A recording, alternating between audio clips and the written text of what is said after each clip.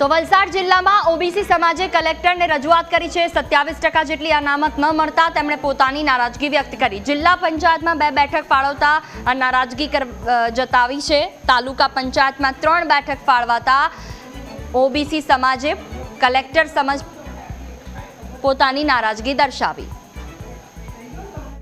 સ્થાનિક સ્વરાજ્યની ચૂંટણીમાં એ લોકો ભાગ લઈ શકે એના માટે બક્ષીપંચ આયોગની રચના કરવામાં આવી હતી 2022માં અને ત્યારે આખા ગુજરાતના બક્ષીપંચ મોરચા અને સમાજના આગેવાનો મળીને એ આયોગમાં રજૂઆત કરી હતી કે બક્ષીપંચ સમાજને 27% જેટલું અનામત મળવું જોઈએ।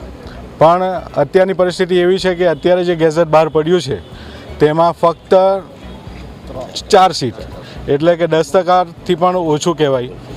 તો હું એટલું જ કહેવા માગું છું કે આ જે સમાજના બધા અમે ભેગા મળ્યા છે તો એ 27% અનામતનો અમલ થાય અને બક્ષીપંચ સમાજને ન્યાય મળે એના માટે અમે સૌ ભેગા થયા છે।